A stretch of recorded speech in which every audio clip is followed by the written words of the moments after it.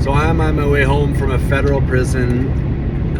I was blessed enough to be able to go in and lead worship music for a group of guys in there and share a little bit of my testimony and my story, and I'm just completely amazed by how receptive and hungry these guys are to have people come in and just love on them, just bring the gospel, bring some of my music, and it's just a simple way to serve.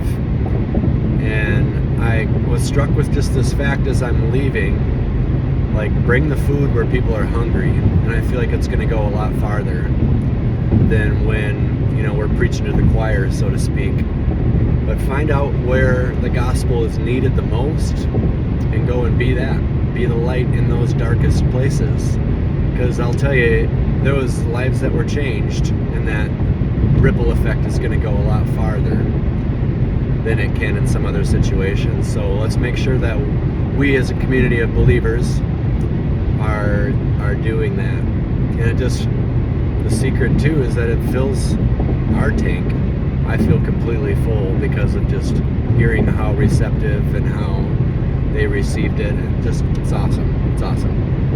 And I'm going to share one of the thoughts that I had mentioned, and if you're still listening, it's probably going to impact you, and I appreciate you listening still.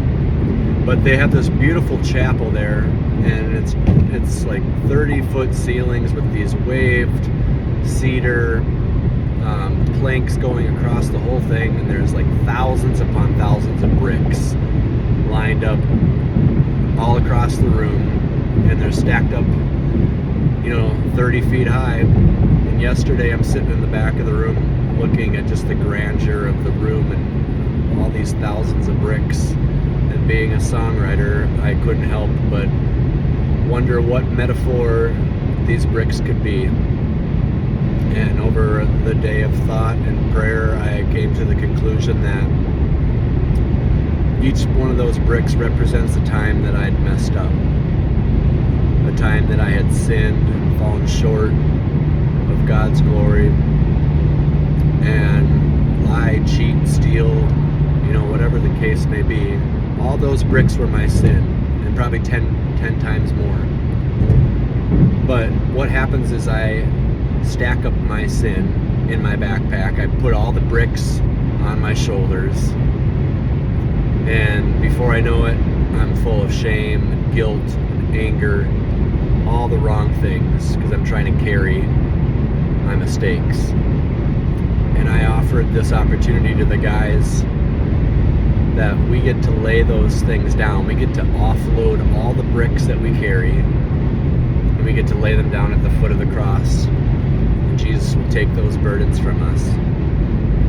And I had kind of shared when I was at my lowest point in my life, and how God has completely flipped it around, and to give them like a little bit of hope that they can turn their life around with God in it. And you can too, if you're looking for that.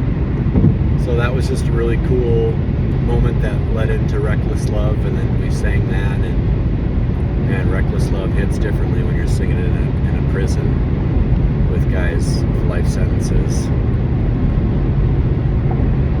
It's a whole different meaning, man. But God is good. God's brought me to some places I never would have imagined that I would have been. It's just incredible to see what God can do when you're just willing and receptive to be used by Him. His eyes search the whole world for people that are just willing to go where He wants you to go. So that's what I got today. That's what I got to share. It's the good news. Good news is your testimony. So never be afraid to share your story, and know it. Know what you're going to share with others. So go ahead, be blessed, be the light.